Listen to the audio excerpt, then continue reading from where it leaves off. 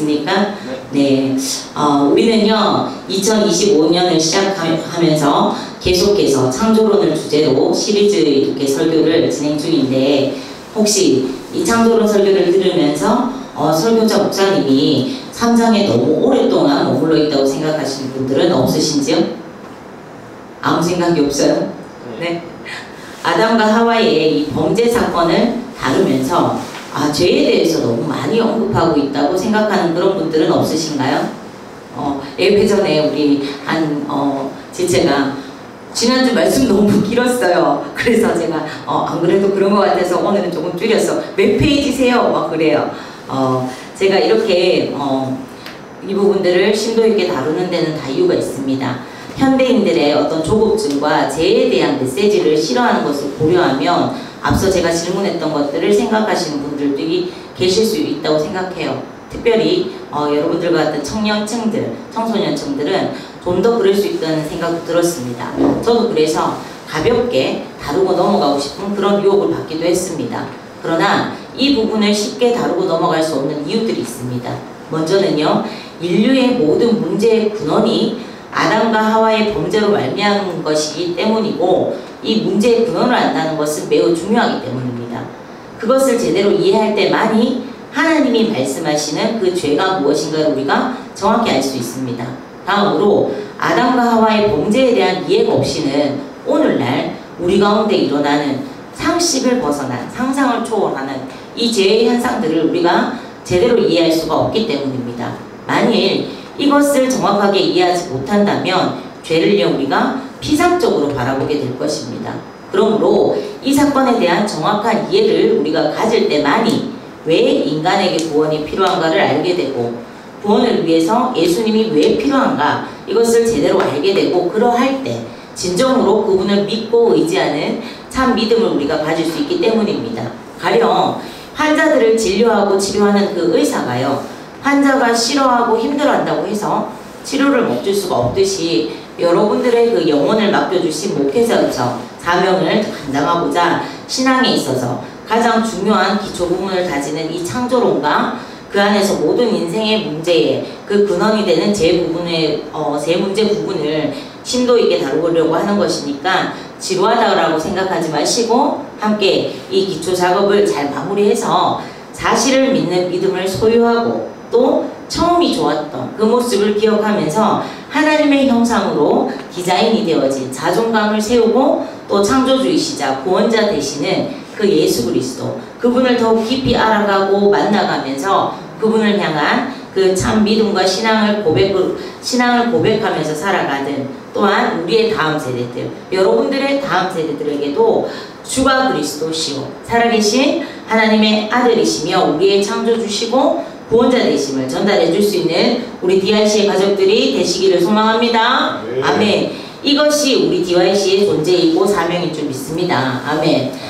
자, 그럼 본론으로 돌아가서 지난주 말씀을 우리가 잠시 상기해 볼까요?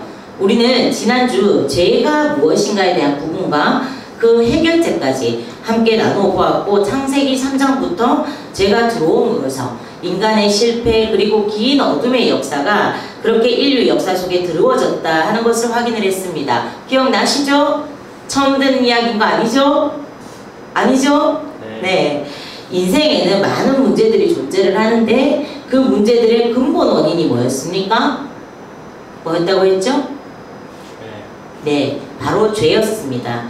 죄는요, 특별한 사람만이 특별한 어떤 사람만 악해서 따로 그런 사람들만 짓는 것이 아닙니다. 로마서 3장 10절은요, 의인은 없나니 하나도 없으며 라고 말씀을 합니다. 모든 인간이 죄인이라는 것입니다. 또한 우리는 특별한 날만 죄를 짓는 것이 아니라 죄를 짓는 것이 일상입니다. 그렇죠? 그리고 반복을 합니다. 모든 일에 죄가 기억혀 있어요. 모든 비극과 불행 안에는 죄가 있습니다. 절규하고 고통하는 그 내면의 뿌리에는 죄 문제가 있다는 겁니다. 죄가 스며들지 않은 것이 하나도 없어요. 우리는요, 죄를 연구할 필요는 없지만 죄가 무엇인지는 분명히 알아야 됩니다. 우리를 망가뜨리는 원흉이 무엇인지를 알아야 하는 겁니다. 이 죄를요, 간과하고 무시한다면 우리의 신앙과 삶은 정상적일 수가 없어요. 하나의 죄에서 또 다른 죄가 파생이 됩니다. 죄는 죄를 낳습니다. 죄의 다양한 형태로 죄는요 다양한 형태로 변화하고 끊임없이 발전을 해요. 그래서 죄 문제를 해결하기 전에는 우리의 삶이 달라질 수가 있겠습니까? 없겠습니까? 없습니다. 그러므로 우리는 죄 문제를 정확히 다뤄야 하는 거예요. 그럼에도 세상은 죄를 말하지 않습니다. 세상은요 죄를 사회적인 문제, 심리적인 허약함, 실수, 때로는 환경의 문제 이런 것들로 미화시켜서 가볍게 여깁니다. 어쩌다 실수했다 이렇게 말을 합니다. 하지만 어쩌다 그 실수가 끊임없이 재현이 된다면 그것은 실수가 아니라 그것을 가능하게 하는 근원적인 문제가 있는 것이죠. 사람들은요 원죄를 이야기하면 고개를 흔들고 받아들이려고 하질 않습니다. 그러나 원죄를 이해하지 못하면 인간을 이해할 수가 없어요. 제 문제를 통해서 인간을 파악하지 않으면 인생에 답이 나오질 않습니다. 여러분 한번 생각해 보세요. 내가 나쁜 생각 해야지 마음먹는 게 아닌데 문득문득 떠오르는 그런 마음들. 누군가 조금만 나를 공격하는 것 같으면 정말 심하게는 죽여버리고 싶어. 이런 마음이 드는 것들. 그게 뭐다? 내가 계획하거나 원하지 않아도 그렇게 오는 것들이 바로 원죄의 뿌리에서 오는 거예요. 예. 그래서 우리가 그런 관점에서 제 문제를 통해서 인간을 파악하고 인생의 답을 찾아가기 위해서 그런 관점에서 오늘 본문은 매우 중요해요. 범죄한 이후에 그 인간의 모습과 죄의 결과가 무엇인지를 보여주는 본문이기 때문입니다. 이를 통해서 우리의 모든 불행과 고통을 가져다주는 원인을 파악하고 문제를 어떻게 해결해야 될 것인지를 우리가 깨닫게 되는 겁니다. 그러니까 여러분들이 매주 나와서 듣는 목사님 설교, 아이고 목사님 저 설교 시간 지루해서 빨리 지나갔어, 이게 아니라 정말 여러분들의 인생에 돌파되고 고쳐지고 해결되기를 원하는 문제들이 있다면 이 말씀을 정말 한번 깊이 여러분들이 참고해 보셔야 됩니다. 자, 그럴 때에 우리가 비로소 삶의 진정한 변화가 일어날 수가 있는 거예요.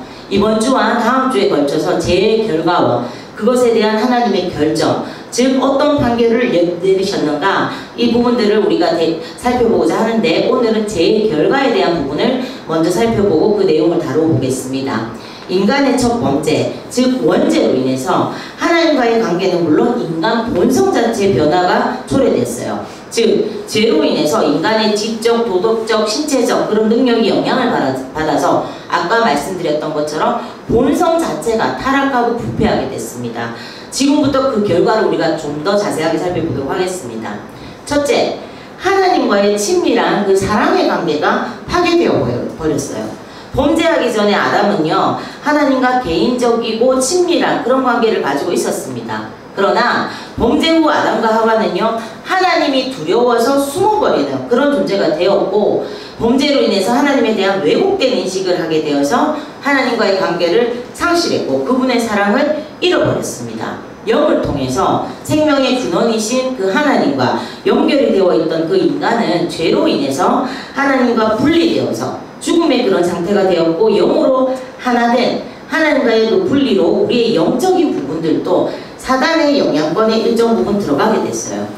하나님과의 관계 단절은요 아담과 하와의 그 부부로서의 관계에도 분리를 가지고 왔고, 이는 감정과 대화의 단절로 이어지면서 인류 역사에 끊임없는 불화와 파괴를 불러왔습니다. 이 모든 것들은 부부뿐만이 아니라 모든 관계에 적용이 될 수가 있는 겁니다.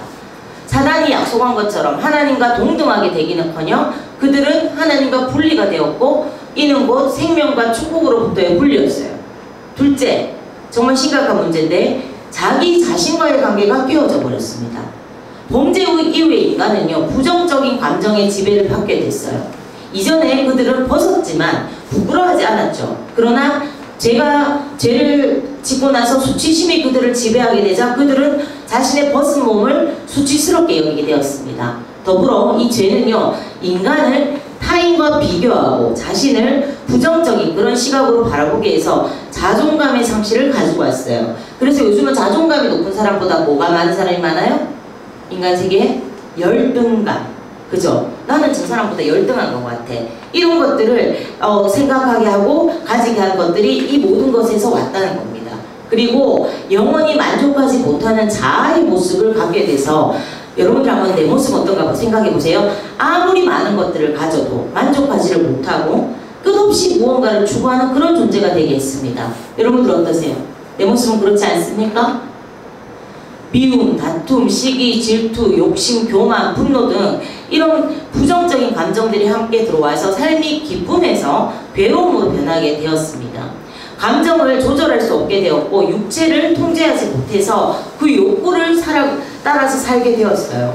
그래서 육체는 욕구의 만족을 항상 구하게 되고 내 안에 있는 양심은 이를 정죄하기 때문에 견디기 힘든 내적 갈등의 상태가 되어서 살아가게 되었습니다. 크리스찬들은 더 그래요. 그래도 뭐 정확하게든 어설프게든 죄에 대해서 어떻게 자각을 가지고 있고 하나님 존재에 대한 그 신의식이 있기 때문에 내가 원하는 육체의 욕구를 따르고 나면 내 안에는 또 내 양심이 나를 정죄하는 이런 것들이 오면서 그 내면적인 갈등이 엄청난 겁니다. 그런 괴로움들 겪어보신 경험 없으세요? 예, 대사도인 사도 바울조차도 오랜 공부한 사람이라 이 사망의 몸에서 누가 나를 건져내랴 이렇게 한탄을 한단 말입니다. 예, 나는 죄를 짓고 싶지 않은데 내 육체는 어느 순간 보면 죄의 자리에 가 있는 거야. 그러고 나면 너무나 내 양심에 또 찔림을 받고 정죄감을 느끼는 거라. 그래서 힘들어서 그 내적 갈등으로 너무 고통스러워하는 거죠. 예, 그런 상태가 되어진다는 겁니다.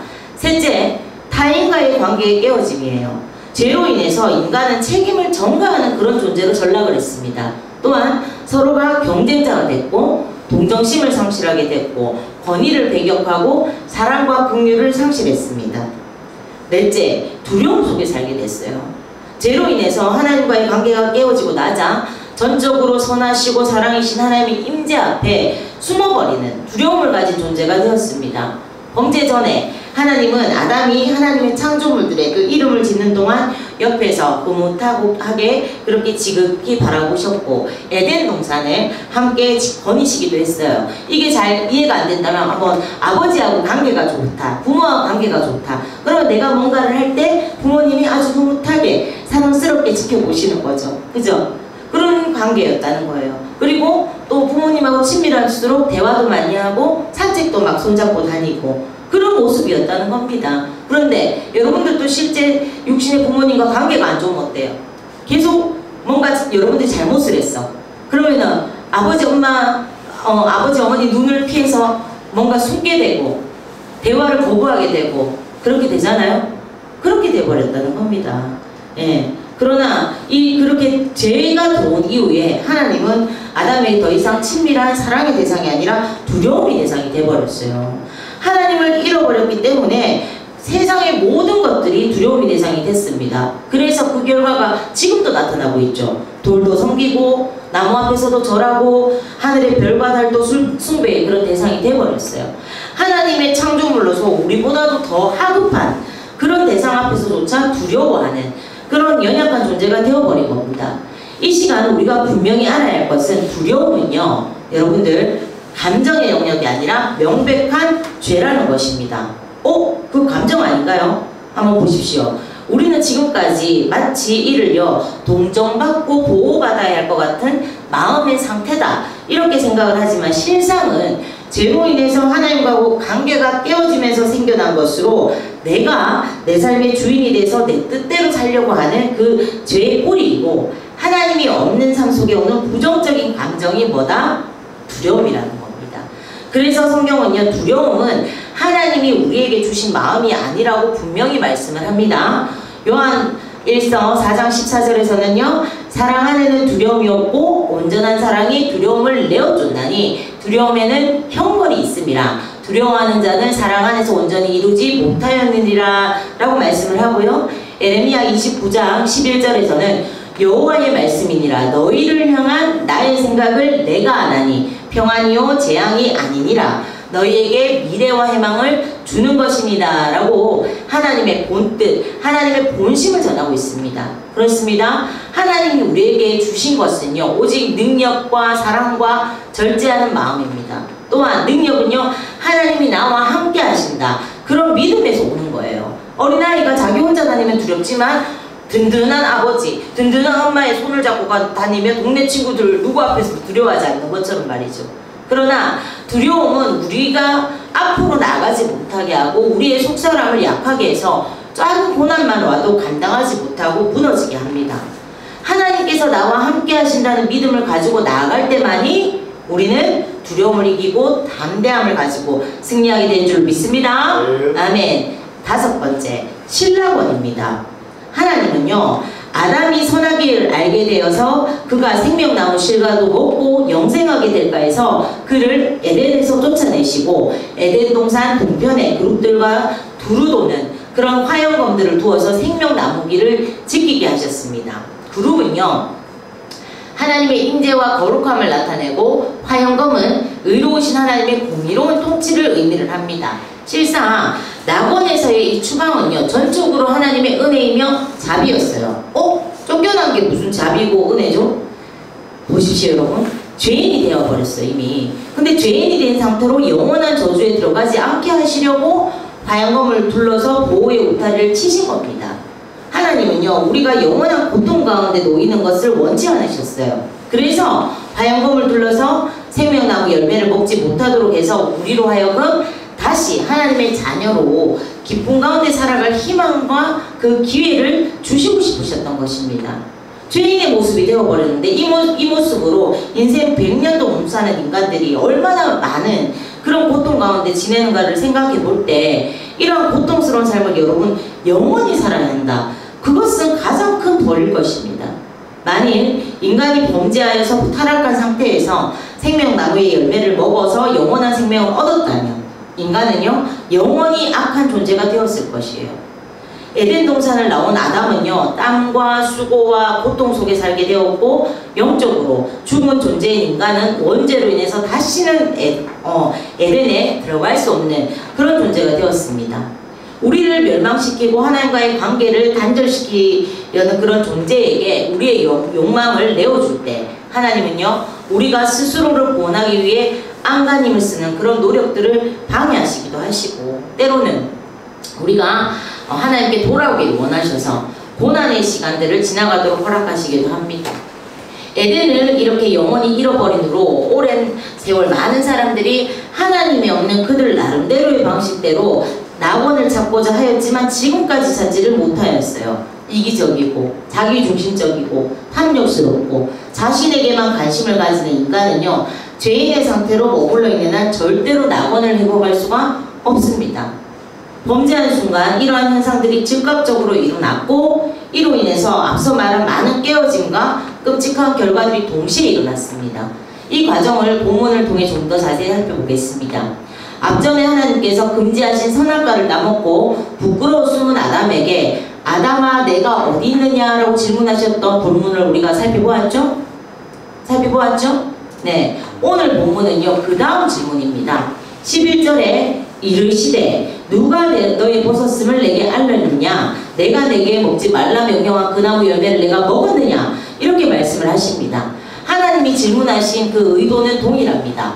불순종한 것을, 죄를 지은 것을 인정하고 용서를 구하라는 것이죠. 예, 내가 잘못했습니다 라는 이 대답이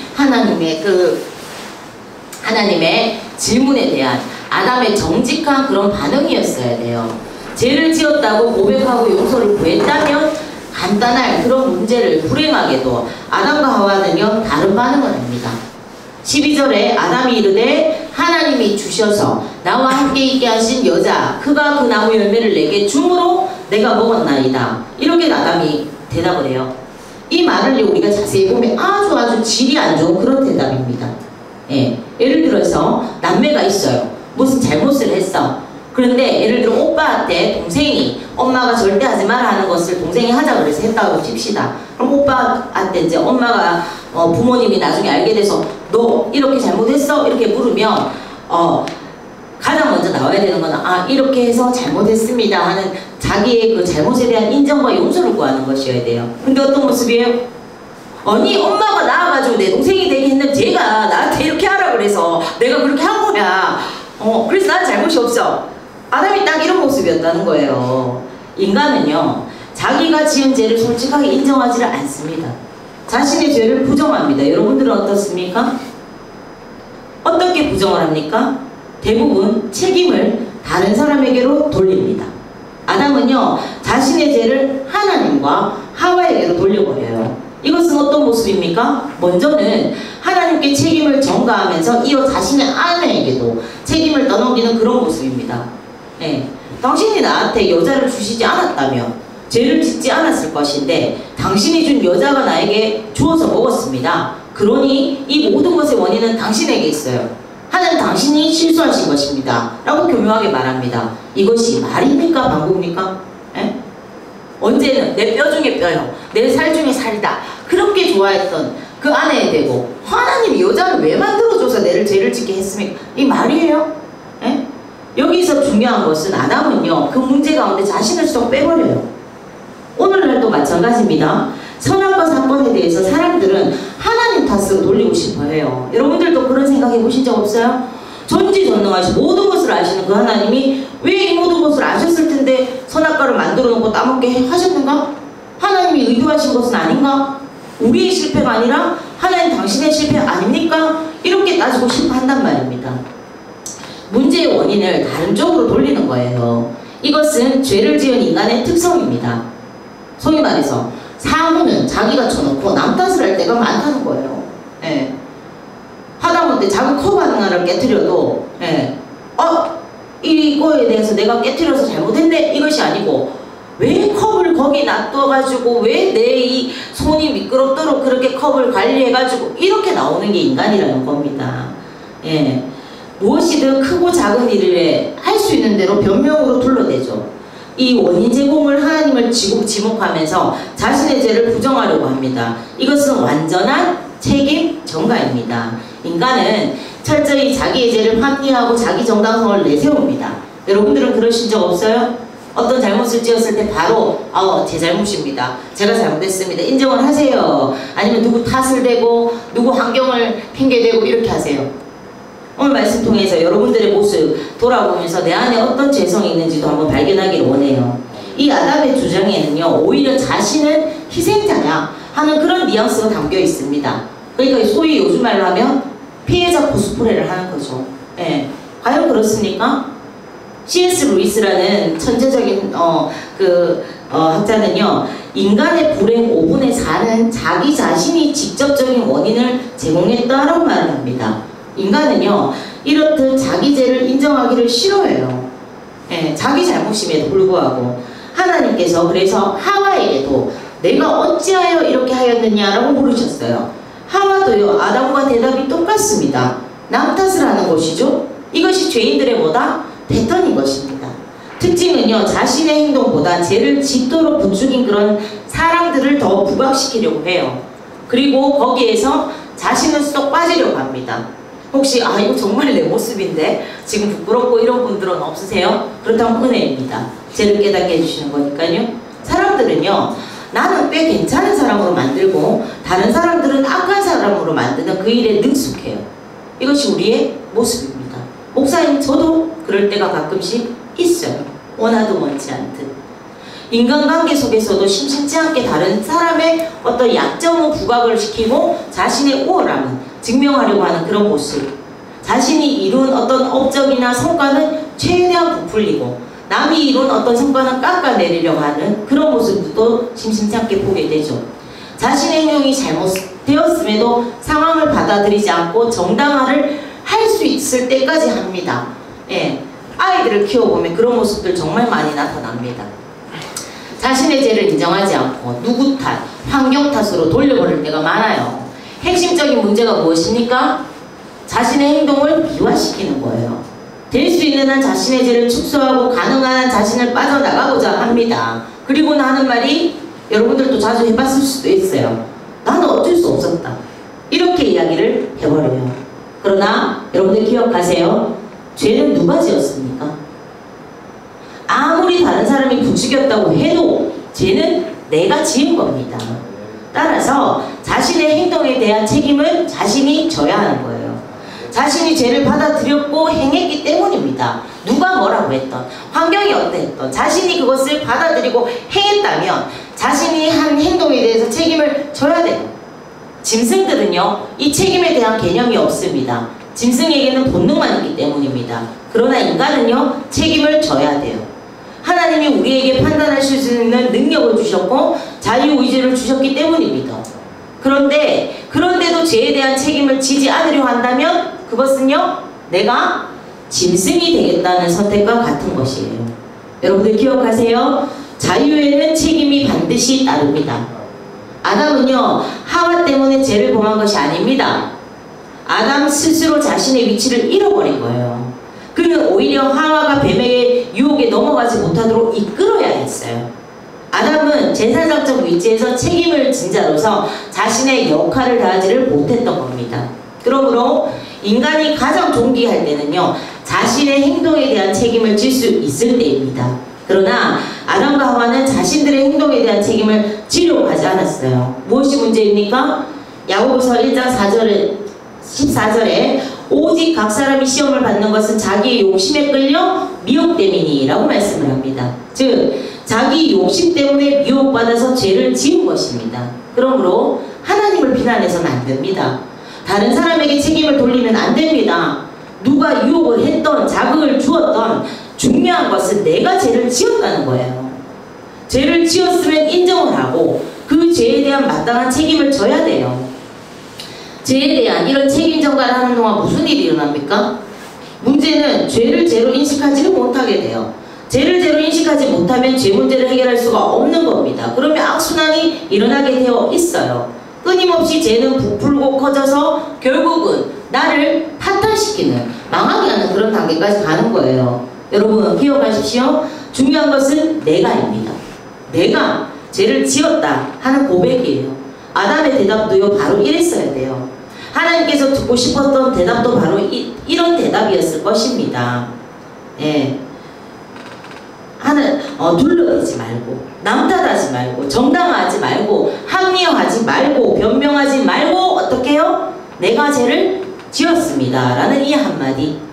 비록 실패해버렸지만 하나님 앞에서 겸손하게 자신의 죄를 바로 인정하고 자복하고, 마지막 단계 뭘까요? 인정하고 자복했어. 마지막 단계 뭘까요? 회개하는 그런 모습이었다면 그 많은 깨어짐이 일어났을까요? 하나님과 자신 그리고 타인과의 관계가 깨어짐으로 인간은 죄의 노예가 되고 자기 기만적이 되었고 평화를 상실하고 인간의 삶은 불안이 지배하게 되었어요. 이러한 죄의 마지막 결과가 무엇이었을까요? 바로 죽음이었습니다.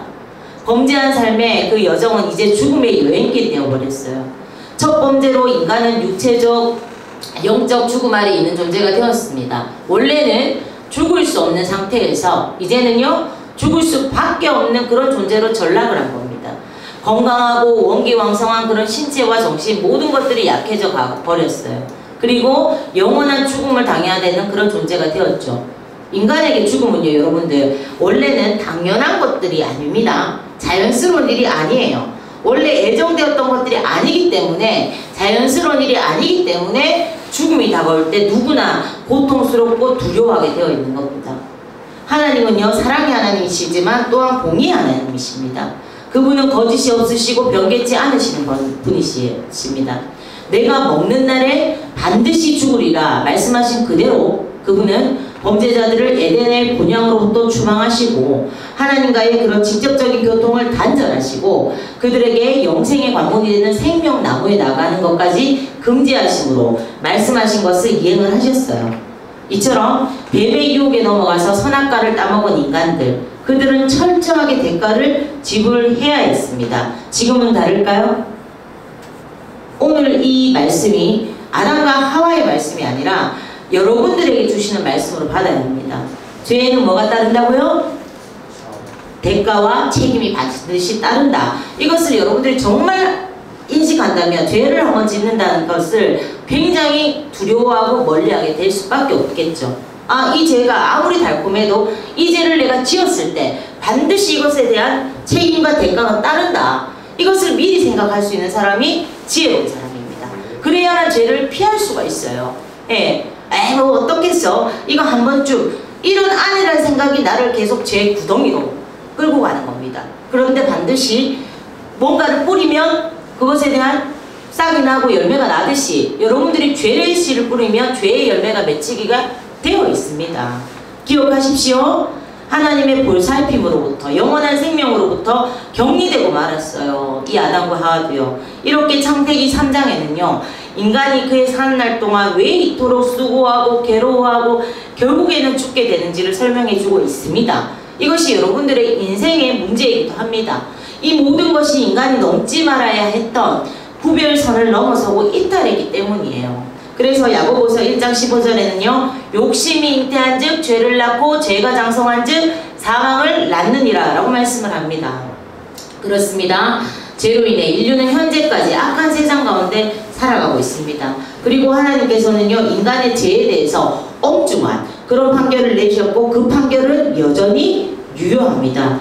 타락한 인간을 향한 하나님의 판결, 그 판결이 지금 우리 삶에도 어떤 영향을 끼치고 있는지, 그리고 이러한 범죄한 인간들에게 여전히 사랑과 긍휼로 복음을 선포해 주시고 가죽옷을 입혀주신 그 은혜에 대해서는 우리가 다음 주에 계속해서 살펴보도록 하겠습니다. 네. 여러분, 우리 모두는 하나님 앞에 죄인입니다. 네. 아무도 하나님 앞에서 의로움을 내세울 수가 없어요. 우리로서는 이 엄청난 죄의 결과들을 감당할 능력도, 깨어져 버린 하나님과의 관계를 비롯해서 많은 깨어짐들을 회복할 방법도 힘도 없습니다. 우리 편에서는 아무런 방법이 없습니다. 그래서 포기해야 될까요? 아니죠. 그래서 우리는 오늘도 하나님과 우리 사이에 막힌 죄의 담을 헐어주시고 화평을 이루어주신 우리 주 예수 그리스도만을 의지하고 바라보아야 되는 것입니다. 그분 안에서만 모든 회복과 진정한 화평이 이루어지기 때문입니다. 아멘. 마지막으로 에베소서 2장 14절입니다. 그는 우리의 화평이신지라 둘로 하나를 만드사 원수된 것 곧 중간에 막힌 담을 자기 육체로 허시고. 아멘. 아멘. 여러분들이 어떤 죄악의 자리, 실수의 자리에 있으시다 할지라도 여러분들의 그런 모습으로 나 하나님께 나갈 수 없어. 맞아요. 죄인 그 모습 못 나가요. 그렇지만 우리의 누가 계시다?